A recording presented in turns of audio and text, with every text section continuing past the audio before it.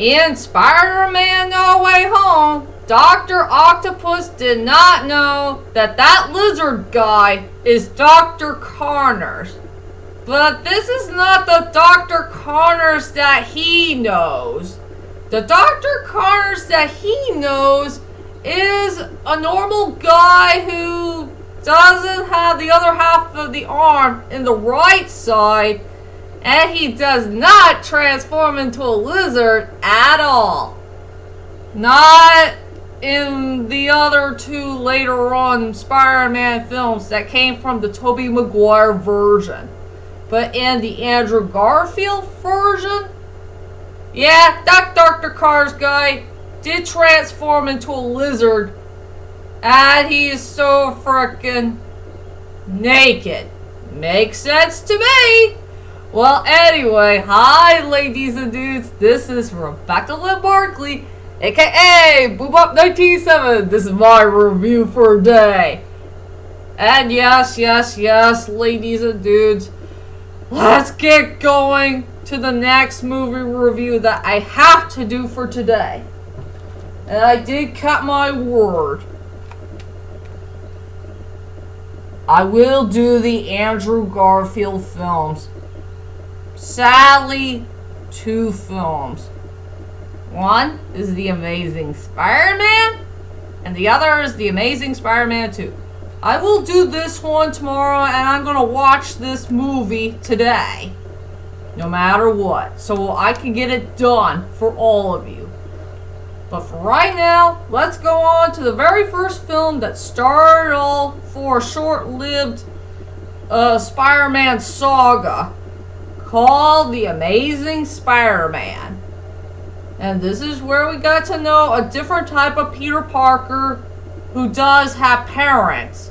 And we got to know what the heck happened to them. That's for sure. So, without further ado, ladies and dudes, let's head on to The Amazing Spider-Man. And let's head on to the main plot of the story. As I did say, this version of Peter Parker does have parents. And his parents are doing some type of science project type of thingamajig. Something about studying about these spiders that came out of nowhere, and they don't want to let their son to get involved in it.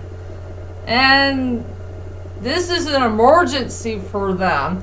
So they decided to drop their son off to their uncle and aunt's house, and they decided to leave their son behind and not get involved with their project of theirs. And then years later, Peter grew up as a young man. He has to go to high school.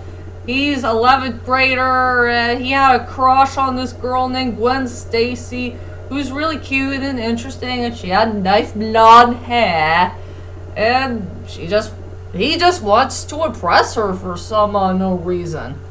And then later on, he went to a laboratory at Oscorp and found out that there is a mysterious spider that went on the back of his neck, and then he started to become Spider-Man, and that's pretty much it.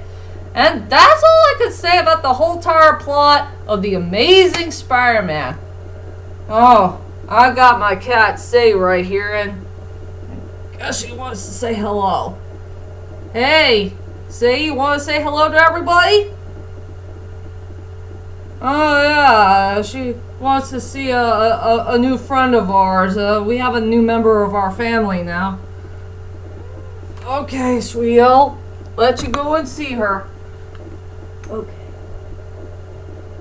Hi, sweetie.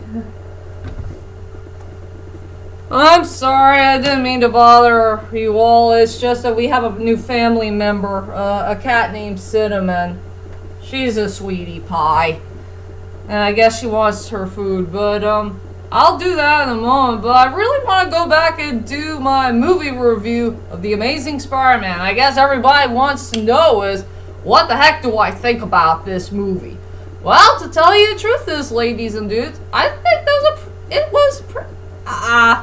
strike that, reverse it. I will say it's a pretty darn good movie. I did enjoy this movie very much. I will say I had a good storyline for the most part. The characters are likable. The cinematography is fine for what it is. It had a really good score. And I remember in the score, it does have 2 familiar hidden Easter eggs that I found in this film. That's kind of familiar.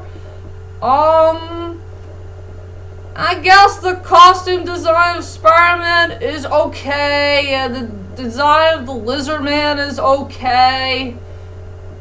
And yeah, the action scenes is pretty good for the most part. So I will say this is a very likable film to watch.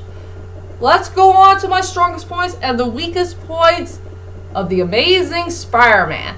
I will say for the strongest points for this movie is try to get to know Peter Parker's storyline. I will say this version of Peter Parker's storyline is pretty darn interesting. I do like the part when we finally get to know about Peter Parker's parents. And we only knew them at the beginning of the film. And that's very darn interesting. And also, in the later life of Peter Parker, he wants to get to know how the heck he'll become Spider-Man. And, he did some training at some area in New York City, practicing his skills and his jumping and his swinging. That was pretty darn cool. And yeah, his relationship with Gwen Stacy is nice. And they try to get to know each other, and they had a really nice relationship. And I did remember that he did have a bond with Dr. Connors. Kind of like a father-son relationship, but sadly it was short-lived. And also, he had a relationship with Uncle Ben. So yeah, his storyline was pretty darn likable, and his storyline went all the way through from start to finish, so I like it. It's enjoyable. So I will say for my strongest points for this movie is truly Peter Parker's storyline. And now let's go on to the weakest points of the movie. I only got 2. Just 2 weakest points. There's one weak point where Peter Parker got injured for some unknown reason. And we did not see the whole entire transformation of the Lizard Man. Okay, let's go with one scene in the movie where Peter Parker got injured. Does anybody remember, the underground scene with water, and you see Peter Parker got injured, and, where the lizard guy clawed him on his chest, and it looks like he's gonna die? I think it would have been better if he should have gone to the hospital and make sure he is A-okay, and make sure that he won't lose so much blood. And not go to Gwen Stacy's house. I mean, he got injured pretty badly, and I think, taking care of your injuries needs to come first before you could go to Gwen Stacy and make sure she'll give you comfort and all that stuff. Hard for me to say about this one. So yeah, I wish Peter Parker should just go to the hospital and make sure he's A-okay. And make sure he doesn't want to lose too much blood or he's going to die and all that stuff. And the other weak point is, we did not see the whole thing of, Dr. Connors transform into a lizard guy. We did not see the whole thing. I mean, it just cut that scene off. I guess they don't want to show the part where he's gonna transform into a lizard while he's gonna go fully naked and all that stuff. It is kind of weird that the lizard guy, we do remember the comic books, he does have some clothing in him, and he has to stay fully clothed so we won't see his private areas and all that stuff. But sadly in the movie version, yeah, he got completely naked all the way through from start to finish. Weird thing to say. So that will be my two main weakest points of the film. You know, Peter Parker needs to take care of himself with his injuries, and also we did not see the full entire transformation of the Lizard Man.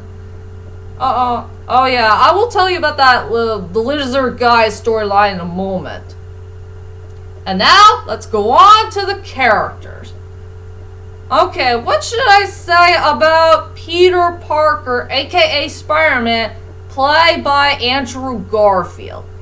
I will say he did a pretty good job in this movie, and I really do like him a lot as Peter Parker, aka Spider-Man. I will say he had a pretty good storyline that was pretty darn enjoyable. He has a good personality, great attitude, and like I said about this guy, he's the most fun and lovable Spider-Man that we have ever seen in our whole entire lives. I think he's really having a good time playing with this character and having a fun time playing with this very important role that started off for his career, I guess. And I really like his funny jokes here and there, and sometimes he's serious, sometimes he wants to get to know things that he doesn't know about life itself, and all that stuff. So yeah, I do enjoy Andrew Garfield's performance as Peter Parker, aka Spider-Man. And as for the Lizard Dude, aka Dr. Octavius, nope, I got the wrong dude. It's not Dr. Octavius. Dr. Octavius doesn't exist in the Andrew Garfield films. It's Dr. Carter, aka the Lizard Man, played by this actor that I really don't know of. What do I think about this actor who played Dr. Connors, aka the Lizard Man? I will say this guy did do a pretty good job playing with this character. I will say his storyline is pretty darn fine. He has a good personality and attitude. And yeah, all that guy ever wanted in his life is try to find a way to get his right arm back. Well, I know they didn't fully explain about how or why, or we don't know about the other half of his storyline. When the heck did he lose the other half of his right arm? They did not explain that. I really forgot to mention that. Something I wish I should have paid attention to the film very carefully is where the heck is the other half of his arm? Maybe he got involved by an accident or something. But all he ever wanted is a nice full-fledged right arm so he could be useful again for some scientist things, I guess. And yes, in No Way Home, he had no storyline at all. He was just there in the film. And I will say for the lizard design, it was okay, but I wish there was a part where he has to be fully clothed. If you know what I mean. Nah, I'm sure everybody's way too uncomfortable seeing this guy don't have any clothes on. Wah, wah, wah, wah. Oh yeah, about the actor who plays Dr. Connors, aka the Lizard Man. That guy kind of reminds me of Alan Scary Rickman in a way. He had the same face and the same hair, but the only thing that's different about this guy, he doesn't have that scary voice. He doesn't have that dark, scary tone. Something I do remember from Alan Scary Rickman. He does look like him in some ways, but his voice sounds so different. If anybody pay attention to that part, what I was talking about. So yeah, I really like that guy overall, and I will say the lady who played Gwen Stacy, she did a pretty good job playing a good love interest. You know, at least she's not a whore or a slut. She's just a normal girl who wants to be a normal life. And she does love Peter from the bottom of her heart. That's all I could say about this character. And I'll go ahead and tell you about my final thoughts of The Amazing Spider-Man. Overall, The Amazing Spider-Man is a pretty darn good movie to watch and a very good, likable film. It had a good storyline for the most part. The characters were likable. The costume design of Spider-Man is okay, and the character design of the Lizard Man is okay. It has good action scenes, great score. Pay attention to a few hidden Easter eggs that came from in that score, and it's just an enjoyable film to watch. What else I could say? So I'll give this film an 8 out of 10. And finally, we're heading on to the last and final one. The Amazing Spider-Man 2. So be prepared for tomorrow's movie review to come. And I'll see you guys later. Sayonara.